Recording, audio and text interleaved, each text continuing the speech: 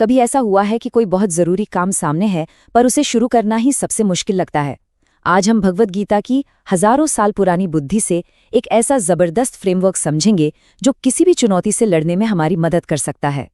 चलिए 1 मिनट के लिए सोचते हैं, असल में वो क्या चीज़ है जो हमें एक्शन लेने से रोकती है। अक्सर होता क्या है कि शुरू में तो बहुत जोश होता है, लेकिन वो जोश जल्दी ही ठंडा पड़ जाता है और हम ठीक वहीं अटक जाते हैं जहां से असली मेहनत शुरू होनी थी। और ये सिर्फ हमारी आज की कहानी नहीं है। महान योद्धा अर्जुन के लिए ये एक सवाल नहीं था, बल्कि एक ऐसा संकट था कि वो अपना सब कुछ खोने ही वाले थे। जब वो युद्ध के मैदान में अपने फर्ज से पीछे हटे ना, तो उन्हें एक ऐसे ज्ञान की जरूरत पड़ी जो आज भी हमारी जिंदगी बदल सकता है। तो चलिए उस सीन को इमेजिन करते हैं। कुरुक्षेत्र का विशाल मैदान, दोनों तरफ सेनाएं आमने सामने खड़ी हैं, लेकिन असली लड़ाई वो किसी मैदान पर नहीं, बल्कि एक योद्धा के मन के अंदर शुरू होने वाली थी। देखते हैं कि अर्जुन के साथ आखिर हुआ क्या। देखिए, अर्जुन कोई मामूली योद्धा नहीं थे। वो उस समय के सबसे बड़े धनुर्धर थे। लेकिन जैसे ही उनकी नज़र सामने खड़े अपने ही रिश्तेदारों, अपने गुरुओं पर पड़ी, उनका दिल बैठ गया। भावनाओं का एक ऐसा तूफान उठा कि उनका फर्ज, उनका कर्तव्य सब उस तूफान में बह गया और उन्होंने अपने हथियार नीचे रख दिए। गीता इस प्रॉब्लम की जड़ को एक शब्द में बताती है, मोह। मोह मतलब गहरा अटैचमेंट या लगाव।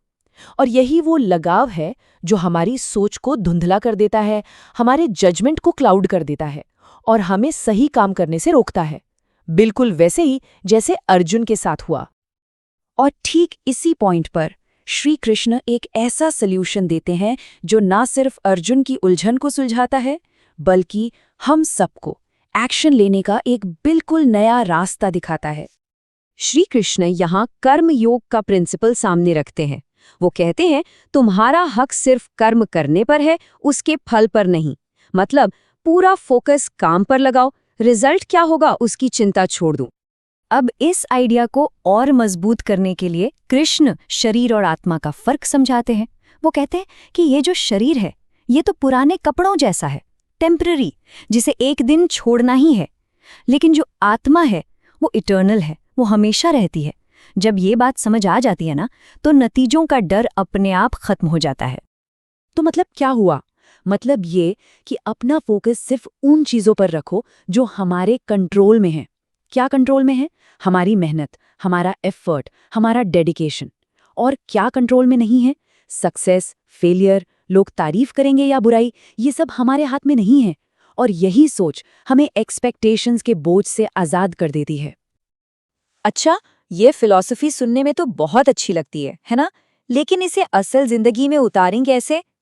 चलिए अब उस मेंटल बैलेंस को पाने का तरीका समझते हैं जो सही एक्शन लेने के लिए बहुत जरूरी है। गीता हमें एक सेल्फ सैबोटाज के साइकिल से सावधान करती है।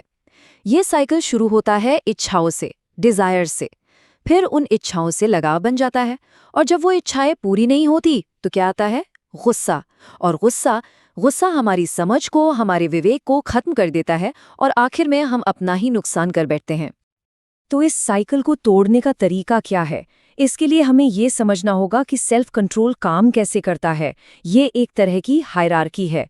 सबसे ऊपर है आत्मा, द सेल्फ, जो बुद्धि को, इंटेलेक्ट को रास्ता दिखाती है। बुद्धि मन को कंट्रोल करती है और मन हमारी सेंसेस को, मतलब असली पावर, असली कंट्रोल अंदर से बाहर की तरफ आता है। गीता में एक बहुत सुंदर मेटाफर है। एक स्थिर दिमाग वाला इंसान उस शांत महासागर की तरह है जिसमें इच्छाओं की नदियां लगातार आके मिलती तो हैं, पर उसे अशांत नहीं कर पाती, उसमें कोई हलचल पैदा नहीं कर पाती। ऐसा इंसान अपनी इच्छाओं का मालिक होता है, गुलाम नहीं। चलिए अब इस अंडरस्टैंडिंग को एक लेवल और ऊपर लेकर जाते हैं। गीता कहती है कि हमारे हर काम, हर सोच के पीछे 3 तरह की नेचुरल फोर्सेस काम करती हैं, जिन्हें गुण कहा जाता है। और यही गुण हमारे स्वभाव को और हमारे कामों के नतीजों को तय करते हैं। ये 3 गुण है, सत्व, रजस और तमस। सत्व गुण ये प्योरिटी, नॉलेज और शांति से जुड़ा है। इसका रिजल्ट होता है खुशी और क्लैरिटी। फिर है रजस, यानी पैशन और एक्शन, जो बेचैनी और दर्द पैदा करता है।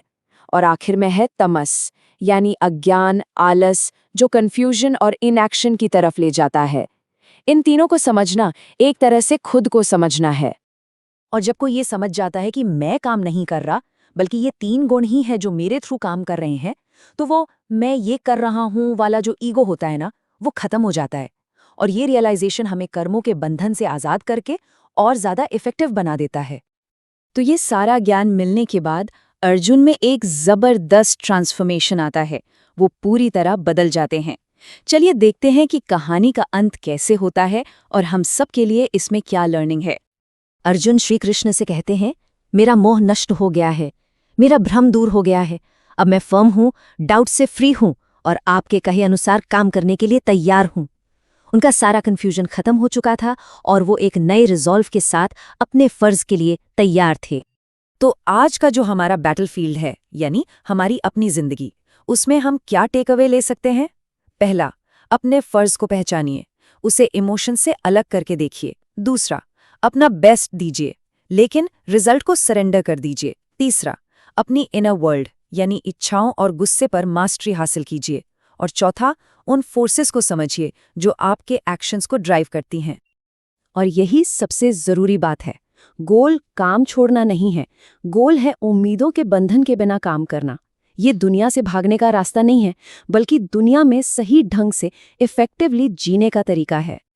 तो आखिर में बस एक ही सवाल बचता है, आज हमारा युद्ध क्षेत्र क्या है?